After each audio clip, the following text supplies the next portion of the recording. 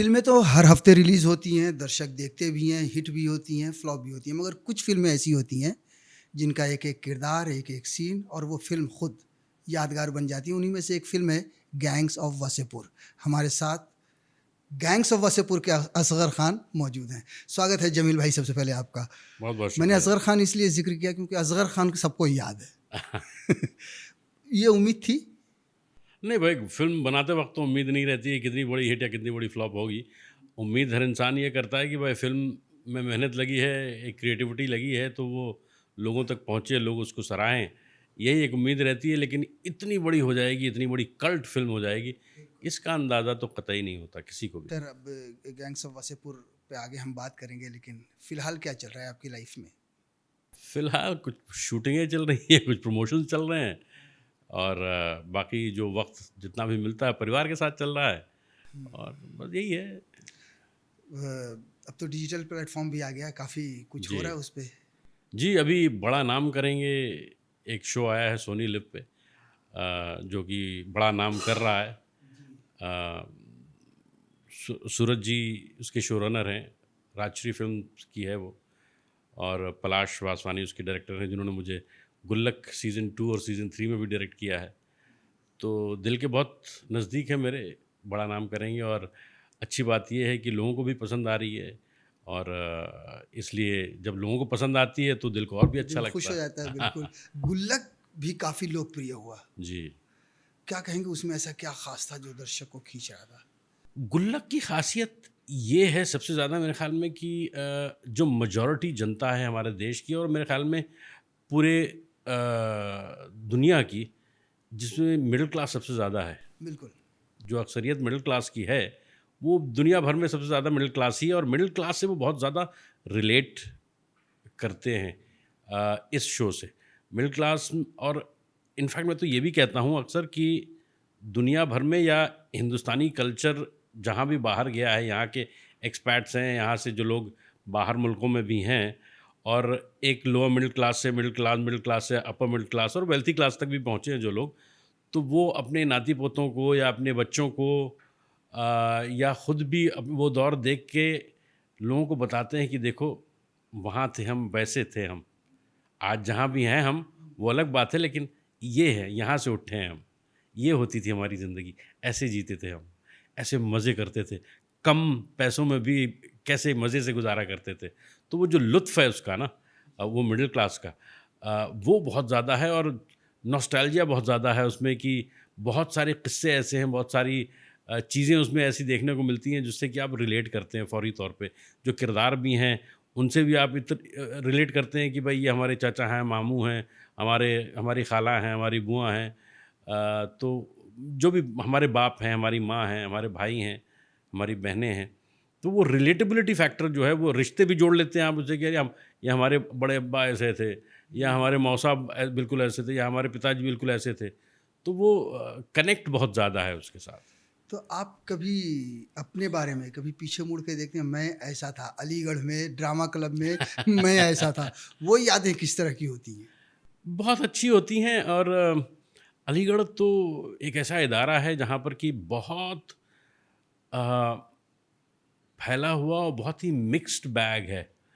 जहाँ पर कि आप लोअर मिडिल क्लास से लेके इनफैक्ट गरीब तबके से लेके बहुत अमीर तबके तक के लोग भी हैं और ऐसे-ऐसे बैकग्राउंड से आए हुए लोग हैं कि आपको उन लोगों से मिलके, उनके साथ वक़्त गुज़ार के आपको हिंदुस्तान की जो डाइवर्सिटी है, वो समझने का मौका मिलता है और वो जो एक मैं अगर फाइनेंशियल डिवाइड की बात कर लूँ, मैं धार्मिक डिवाइड की बात भी नहीं कर रहा हूँ।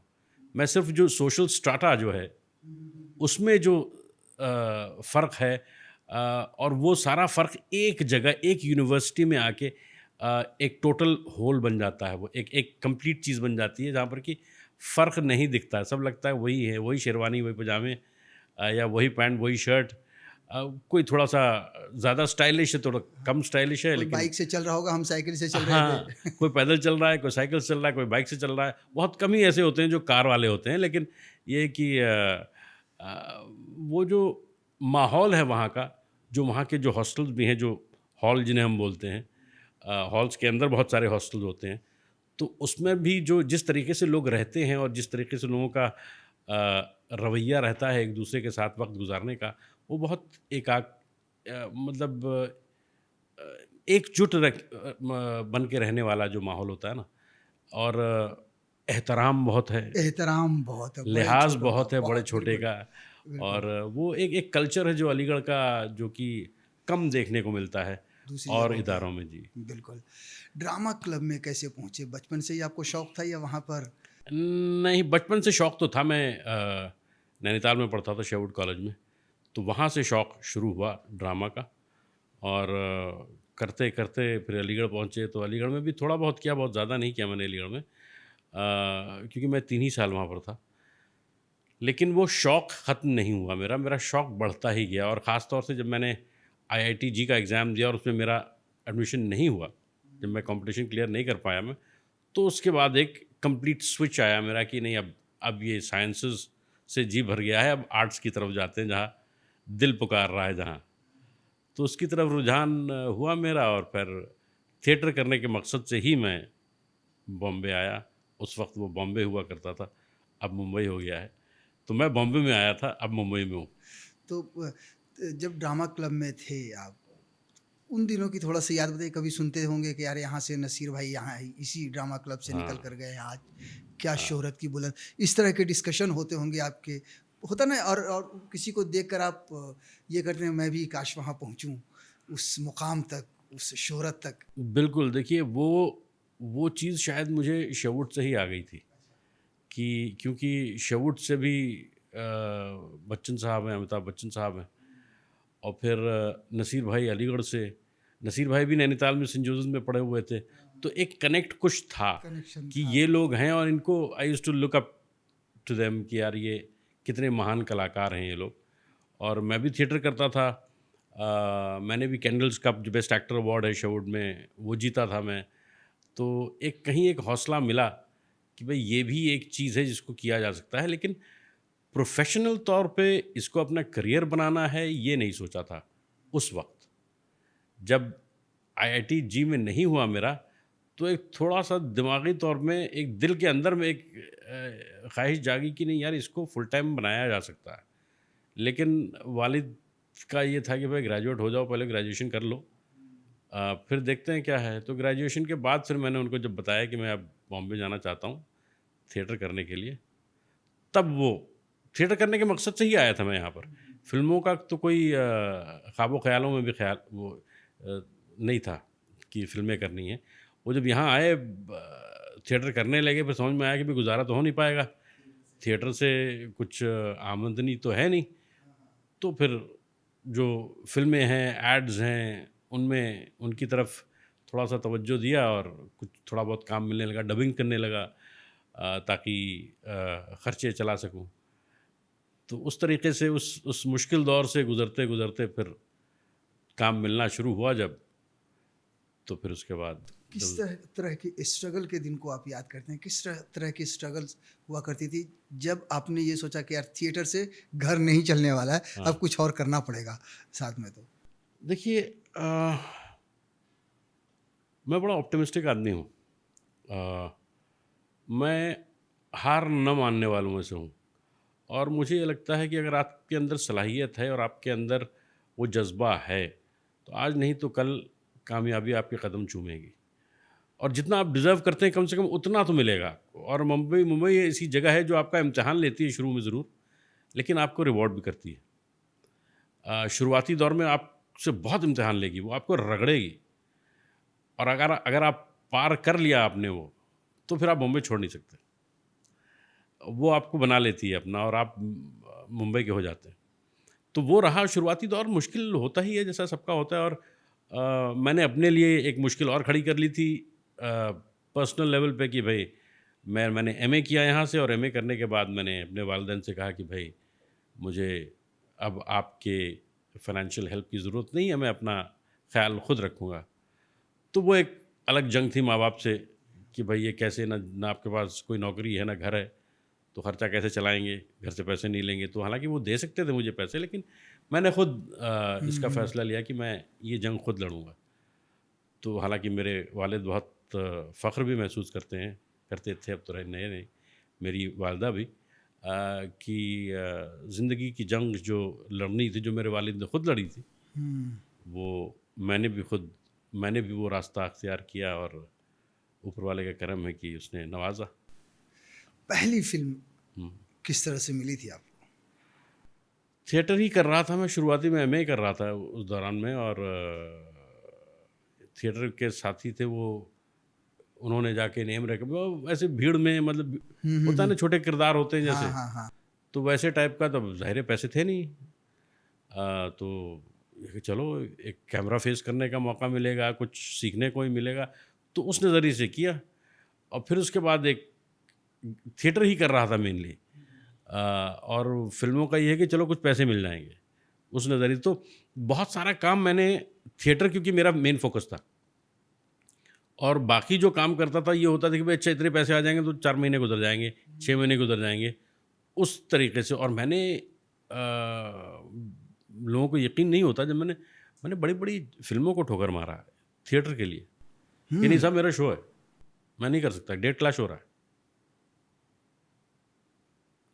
तो और वो थिएटर के लिए वो कमिटमेंट चाहिए होता है, थिएटर, तो वो किया मैंने।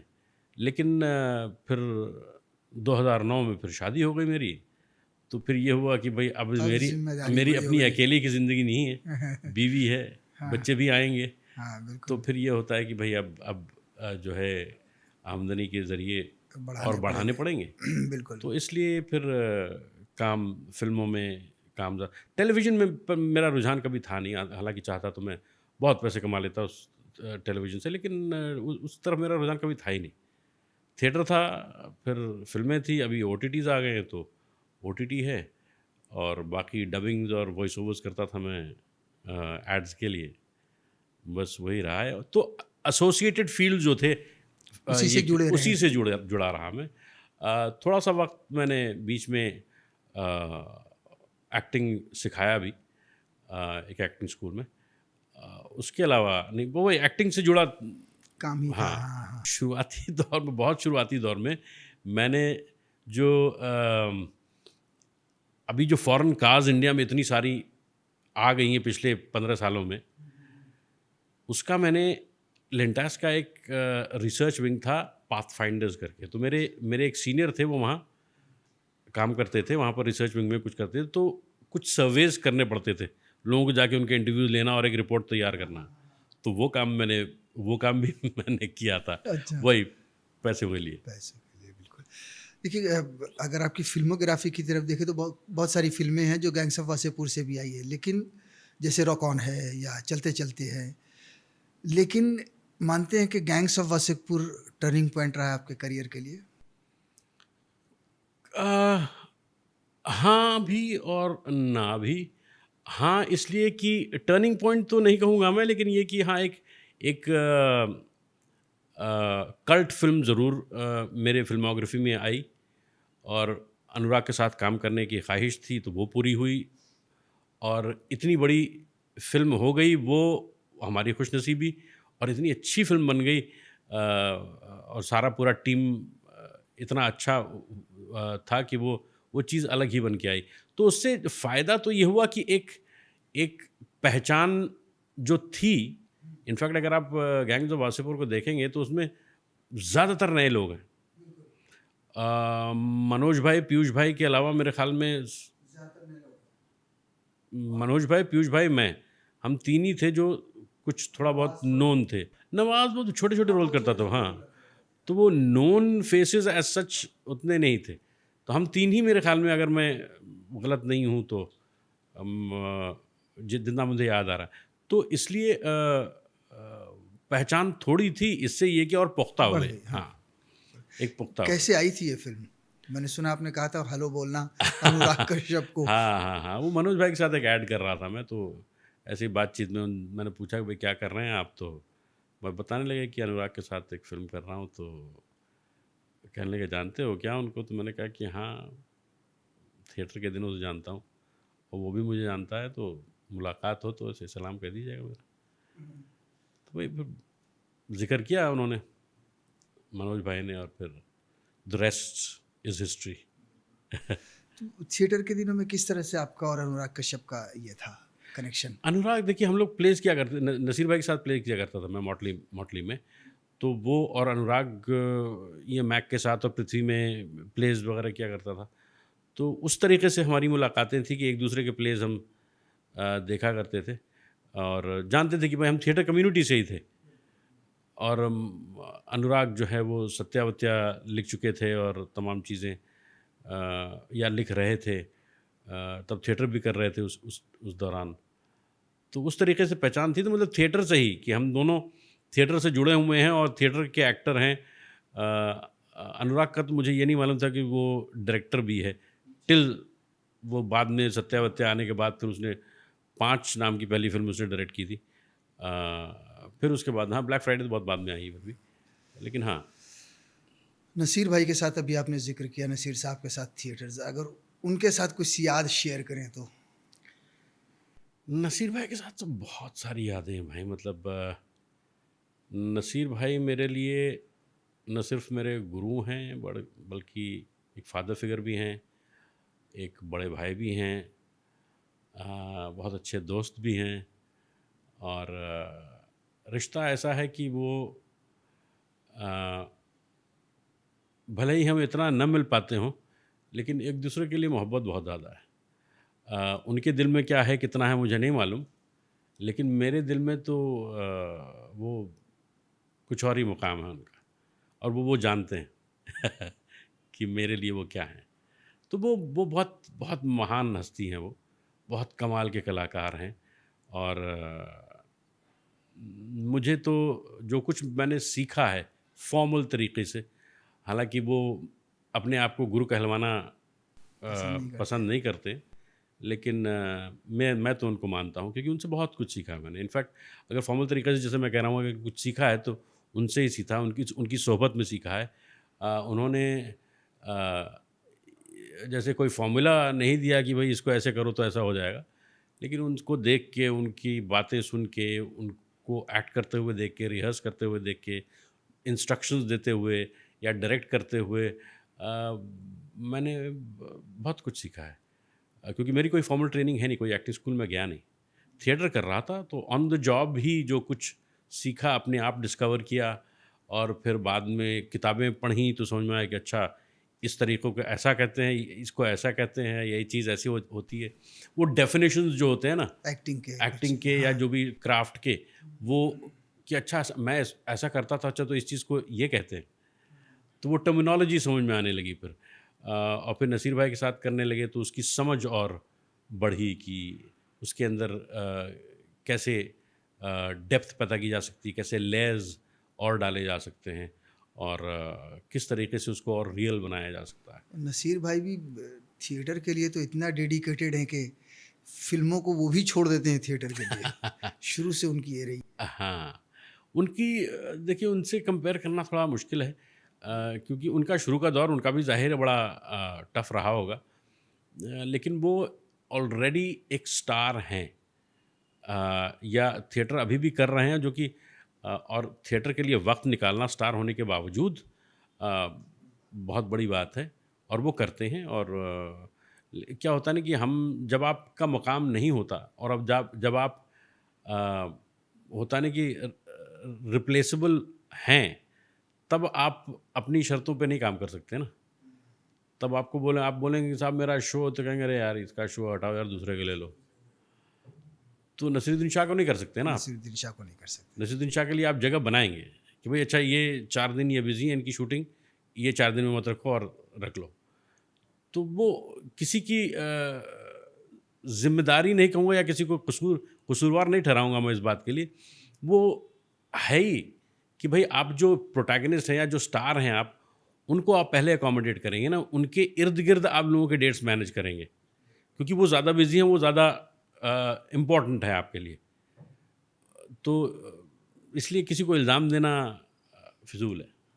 गैंग्स ऑफ वसेपुर की यादें किस तरह जुड़ी हैं आपके साथ? गैंग्स ऑफ वासेपुर कुछ सीन्स अगर आप डिफाइन कर सकें कुछ सीन्स के बारे में, शूटिंग के दौर को? यार बहुत पुरानी बात हो गई।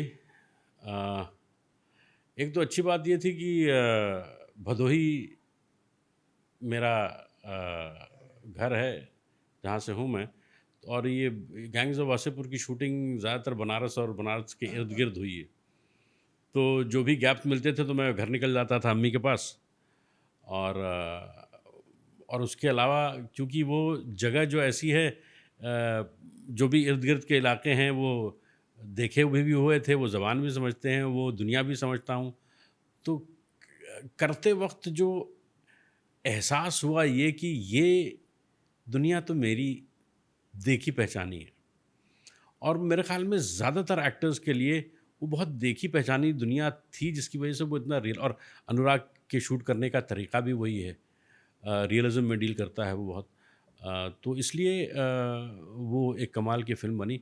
मेरे लिए यादगार चीज़ें ये है कि मेरा बहुत सारा वक्त मनोज भाई के साथ गुजरा, क्योंकि हम दोनों साथ में रहते थे। मुस्तकिल पार्ट 1 में पूरा फिल्म, पार्ट 2 में तो वो गोली लग जाती है उनको, पार्ट 1 में ख़त्म हो जाते हैं एंड में। लेकिन मैं पार्ट 2 में भी था, लेकिन मेरा ज़्यादातर वक्त मनोज भाई के साथ गुजरा, और मेरी एक अच्छी बॉन्डिंग बनी उनके साथ। और वो भी एक भाई की तरह ही हैं, बड़े भाई। वो अच्छा रिश्ता है उनके साथ भी, मेरा पर्सनल लेवल पे भी। अब देखता हूँ 10 साल बाद तो जितने भी एक्टर्स थे वहाँ से, अब देखिए आप, सब ने अपना अपना मकाम बना लिया है, सब अच्छा कर रहे हैं, और बड़ी खुशी होती है, बड़ा फ़ख्र महसूस होता है कि जहाँ एक सफ़र शुरू हुआ था आज, उसमें से सारे के सारे, मुझे नहीं याद आता करीब करीब सब, हाँ। सब तकरीबन जो भी मेजर किरदार में थे या कुछ एक रीजनेबली डिसेंट कैरेक्टर में थे, वो सब अच्छा कर रहे हैं। यादें उसकी यार, गैंग्स ऑफ, वो बड़ा फन शूट था। शूट करते वक्त वो लगता नहीं था कि यार काम कर रहे हैं, वो बड़ा फ्री फ्लोइंग था। और मेरे लिए ख़ास तौर से और भी था, क्योंकि मुझे कुछ दिया नहीं जाता था, डायलॉग्स वगैरह दिए नहीं जाते थे। अच्छा। हाँ, वो ये होता कि ये सीन है, अब पता नहीं अनुराग और मनोज भाई के बीच में क्या था वो मुझे नहीं मालूम, उनको खर्रे मिलते थे कि नहीं मिलते थे डायलॉग्स के, मुझे नहीं मालूम, लेकिन बस वो एक्शन रिएक्शन ही होता था।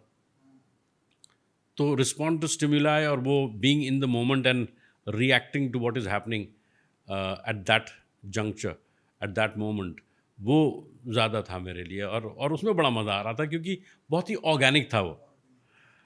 कोई बनावटीपन नहीं था, जो जैसा लगता था वैसा रिएक्ट कर जैसे वो देते एक थे। सीन याद आ रहा है ना, जरा देखो नाश्ते में क्या खा के आए हैं, फिर आप सुनते हैं कहते हैं लगता है भाभी जी की डांट या कुछ मार खा हाँ के आए हाँ हैं। हाँ हाँ बहुत हाँ मतलब हाँ, उस उतना तक तो अनुराग का था। बहुत सारे सीन ऐसे थे जिसमें कुछ था ही नहीं, वो मनोज भाई कुछ बोल रहे हैं, मैं कुछ बोल रहा हूँ, फिर मैंने कुछ बोल दिया, फिर मनोज भाई ने कुछ बोल दिया, तो वैसा डायलॉग मेरे पास नहीं होते थे। तो जो एक लिहाज से अच्छा भी था, एक लर्निंग भी थी। और अनुराग का तरीका कुछ उससे काफ़ी मिलता जुलता है, कि वो समझा देता और कहता है लाओ अब जाओ खेलो। ऐश करो। हाँ बेबी का में किरदार आपका बहुत शानदार था, छोटा सा किरदार था, बहुत जी। ही ये था। बेबी का क्या है कि वो डायरेक्टर भी बहुत कमाल का है, और मुझे बहुत पसंद है वो, नीरज पांडे। अम, बेबी के बाद अब उनके साथ फिर काम कर रहा हूँ मैं। हाँ, वो जब उसका वक्त आएगा तो बात करेंगे उसकी। तो लेकिन वो मेरे बड़े पसंदीदा डायरेक्टर भी हैं, और बहुत पसंदीदा इंसान भी है मेरे मेरे लिए वो। और मैं अक्सर ये कहता हूँ, और ये बात मैं दोहराऊँगा, कि वो नीरज पांडे कहीं एक totally commercial Sanjay Bhansali school of film making, और एक Anurag Kashyap school of film making के बीच में है। वो जो दोनों को बैलेंस करते हैं बहुत कमाल से, और वो बहुत फटाफट काम करने वालों में से हैं। बहुत अच्छी पकड़ है बहुत अच्छी उनकी। पकड़ा, मैं बहुत क्लैरिटी बहुत ज़्यादा है उनको।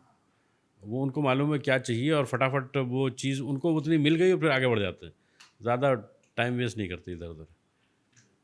और बहुत ही काम, बहुत ही मुस्कुराते हुए, बहुत ही मतलब स्ट्रेस न लेने वाले और न स्ट्रेस देने वाले इंसान, बहुत प्यार से काम करने वाले। आगे कहते हैं ना कि अब हमने यहाँ तक ये कुछ अचीव कर लिया है, हम्म, कुछ और भी सपने होते हैं, क्योंकि बहुत शेर है, हज़ारों ख्वाहिशें ऐसी कि हर ख्वाहिश पे दम निकले, बहुत निकले मेरे अरमान लेकिन फिर भी कम फिर भी निकले। कम निकले। तो वो जो आगे के जो अरमान है, वो जो हाँ। ख्वाहिशें हैं, हाँ, कहाँ देखते हैं आप? मैं उतनी दूर तक देखता नहीं। चाहता ज़रूर हूँ कि सफ़र जारी रहे, और जब तक जाँ में है जाँ, हुनर बरकरार रहे और निखरता रहे, अच्छा काम करता रहूं, और अच्छे से अच्छा काम करता रहूं। कहाँ पहुंचूंगा ये तो किसी को नहीं मालूम, तो वो मैं उस पर बात करना फिजूल है। लेकिन ये है कि जहाँ भी पहुंचूंगा अच्छे मुकाम पर ही रहूँगा। मैंने ताज़िंदगी पैसों की होड़ के लिए या सिर्फ पैसा कमाने के लिए काम नहीं किया। पैसों के लिए काम किया, लेकिन वो गुजारे के लिए, कि गुजारा होना है इसलिए वो पैसे के लिए काम करना।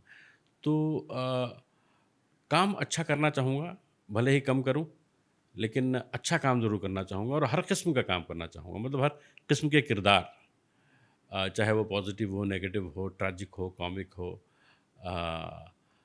चाहे वो गुड बैड अगली, कुछ भी। मैं अपने आप को बांधना नहीं चाहूँगा किसी एक जॉनर में। हम बहुत सारे जो है ना एक्टर्स, जमील भाई, एक्टर्स की कैटेगरी में वाह कमाल के एक्टर हैं, जैसे इरफान भाई थे, या नसीर भाई हैं, या ओम पुरी साहब थे। लेकिन एक तरफ है स्टारडम, जी। शाहरुख खान, सलमान खान, आमिर खान। हाँ, इसको आप किस तरह से देखते हैं? देखिए, कमर्शियल स्टारडम जो है वो एक अलग लेवल है और एक अलग पैमाना है उसका। और जिन एक्टर्स का आपने नाम लिया है, ये एक्टर हैं, ये लोग, ये किरदार जीते हैं। और मैं अपने आप को उसी कैटेगरी में देखता हूँ। शाहरुख खान की तरह वो, मतलब सलमान का जो एक ऑरा है, या जो एक स्टाइल कोशेंट है, या जो सलमान है या शाहरुख हैं या ऋतिक हैं, वो मेरे अंदर नहीं है। तो जो चीज़ नहीं है वो पाने की ख्वाहिश करना भी बेवकूफ़ी है। तो और शायद अब वो उम्र भी नहीं है कि उस चीज़ की तरफ देखें। उस तरफ देखा जाए। और मेरे ख्याल में कभी वो चीज़ पाने की शायद एक तमन्ना रही होगी कि भाई पहले, आज से 15 साल पहले, 10 साल पहले, कि हाँ, स्टारडम मिले, या उस तरीके की फिल्में करें, या उस तरीके के रोल करें, या उस तरीके का नाच गाना वगैरह। लेकिन शायद ऊपर वाला जो करता है अच्छा ही करता है, कि मैं उसमें शायद फिट नहीं बैठता। चलिए, बहुत बहुत शुक्रिया जमील भाई, आपने वक्त दिया। थैंक यू, शुक्रिया। बहुत शुक्रिया साहब, बहुत शुक्रिया।